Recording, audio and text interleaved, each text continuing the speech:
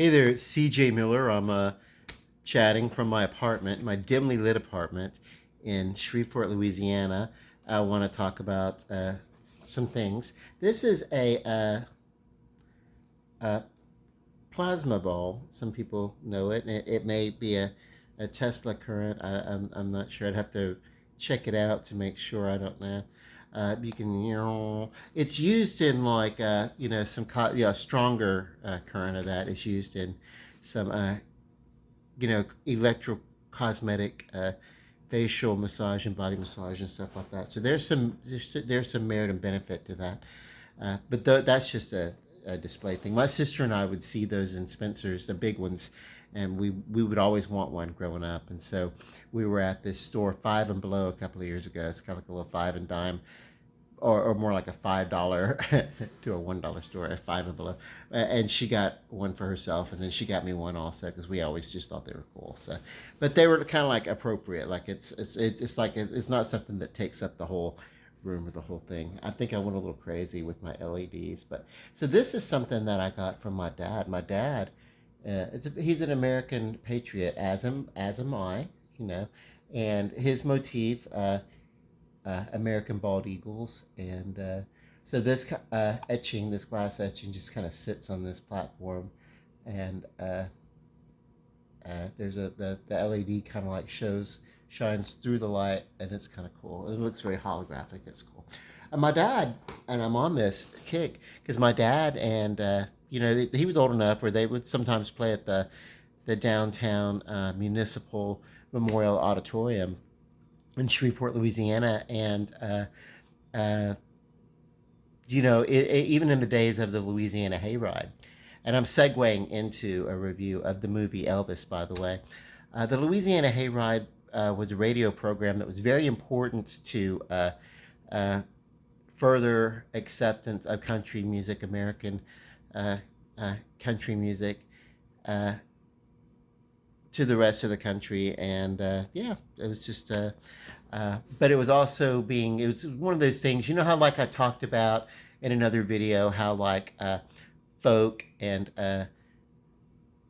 rock kind of blended with punk to create new wave, and then later on that infused dance, and you get more of a MTV pop sound, kind of like a blending and melding of sounds and everything like that. Well, that happened with the Louisiana Hayride. You had like the gospel music uh, blending with R&B and rock and roll, and just creating this whole youthful sound that kind of blurred lines, you know, uh, and those blurred lines created uh, the beginning of some acceptance of what should already have been happening, which would be integration. There's still a long way to go, but yeah, it's like rock and roll has never really been about anything other than, hey, it's yeah. Anyway, um, it's check the movie out. I always thought that maybe there was some exploitation going on with Elvis, and according to this movie Elvis, which stars Austin Butler as Elvis and Tom Hanks as his sleazy manager. I forget the manager's name, but yeah, check it out. It's if those guys do not get nods from award shows and Oscars and everything like that, uh, and also just the fact that it's a musical, and the effects and the old timiness of it, and the real authenticity of what went into this. Also with the prosthetics. I mean, the guy looked a lot like a young Elvis anyway, but the prosthetics that went into this look so natural that it's seamless.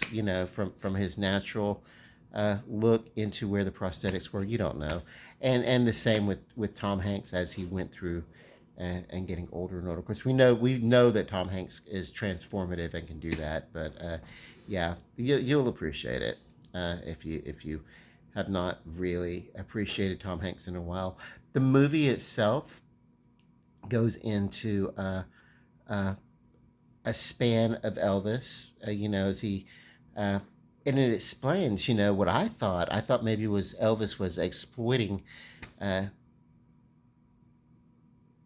culture that was appropriated, but no. The fact of the matter is, he was raised in uh, uh, poor black neighborhood, and he really was just doing what was native, what was natural to him, as a white boy growing up in poor black neighborhoods. Uh, in as a child and everything. So yeah, it was just a very organic experience, and he wasn't trying to exploit anything. And then as he was playing, like he was playing a gig, and just trying out some dance moves, and it got a response, and like that became his thing. But then, so he was trying to showcase what he knew, what was native to him, uh, but trying to bring these wonderful sounds to people. But there was some exploitation and appropriation going on by proxy through him. Uh, so I won't deny that there was some of that. I don't want to diminish or deny that experience at all. But yeah, it's a good movie. It's a good insight, and the subtext of it, and not so much subtext, by the way, would be exploitation. Elvis being exploited by his managers, but also there was a part of Elvis that was exploited. As he exploited his relationship with Lisa Marie. They didn't get into his uh, other relationships. I mean, like maybe some side pieces and stuff like that. So there's some groupies and stuff like that. But he had other relationships other than Lisa Marie after their marriage and everything. It was what this movie did. It played like a long montage. There were no long pieces, no real long scenes that went on for like there was no lengthy 10-minute conversation to bore the hell out of you. It was like quick clips, and this movie was almost like looking through an old album of Polaroid photos. That's what it reminded me of. It was like here's a frame. We're going to tell this quick story of this frame, and then move on to the next story. And through it all, you'll get a glimpse into what these people, what their experiences and their lives and their influences must have been about. But it was a great movie. The movie did last for about 2 hours and 40 minutes, so you will end up spending some time in the theater if you go see it. But I'd recommend it. Like the theater that I was in had like really, really great theatrical sound. So you could hear paper rustling on the desk as people are like rummaging through things and trying to figure out what's up or what this or that or whatever. So those things matter. Good. It's you go to a theater. You can get really immersed into a story. Whereas if you're watching it at home, it's like, okay, cool. Well, I can click it off and pause here and go handle business, or I can go answer a phone call or this or that or knock at a door.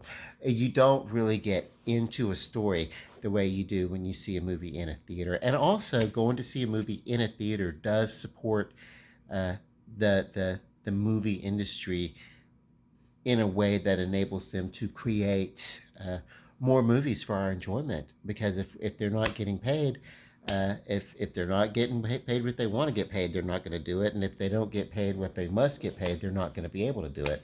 But yeah, for people who take us away from our troubles for 4 hours, if you throw in the previews and all that kind of good stuff, I mean, it's worth it. It's worth it. A little bit of escapism and everything like that. So, you know, think about as we buy movies and things like that we're going to keep digitally or on disc or whatever for as long as we can.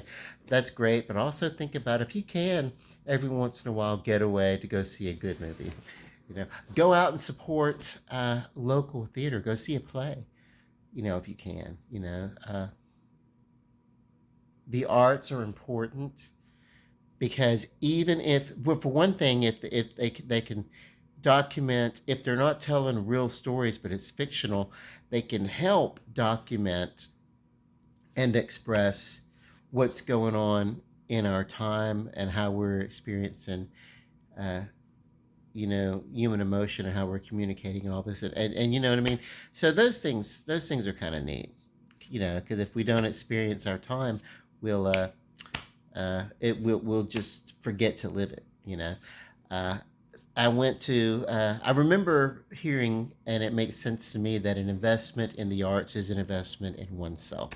And so, in closing, play some musical instruments, paint, write a poem, draw a picture.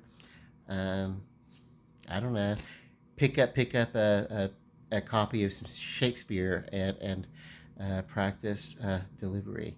But soft.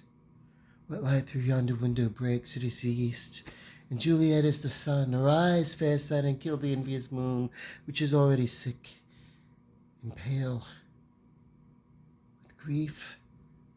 I don't know. I'm not. That's why I am not an award-winning actor. That's as good as we're gonna get.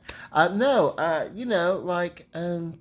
have fun with it. Enjoy life, love each other, and I love you. Good night. Oh, go see the Elvis movie. It's freaking awesome. Oh, what was I gonna say? I always come back. I'll forget. Um, the Louisiana Hayride. Uh, yeah, my dad, his older sister, Bessie Mae. They played out there and stuff like that. So, yeah, it was cool. I have an appreciation for this type of music that I did not have when I was younger. Uh, because I had my youthful prejudices. I want to rock, and want to be a punk rocker, but all that kind of stuff, it all comes from the same musical instruments. People picking up their little instruments and turning over pots and pans in mom's kitchen and banging on them with a wooden spoon or whatever. It's yeah, it's cool. You know, hitting a stick against a chain link fence as you walk down the street and everything. It's all these little rhythms. It all comes from the same place. Music comes from the soul uh, of the planet that we live upon. You know. Now I'll say it again. I love you. Good night.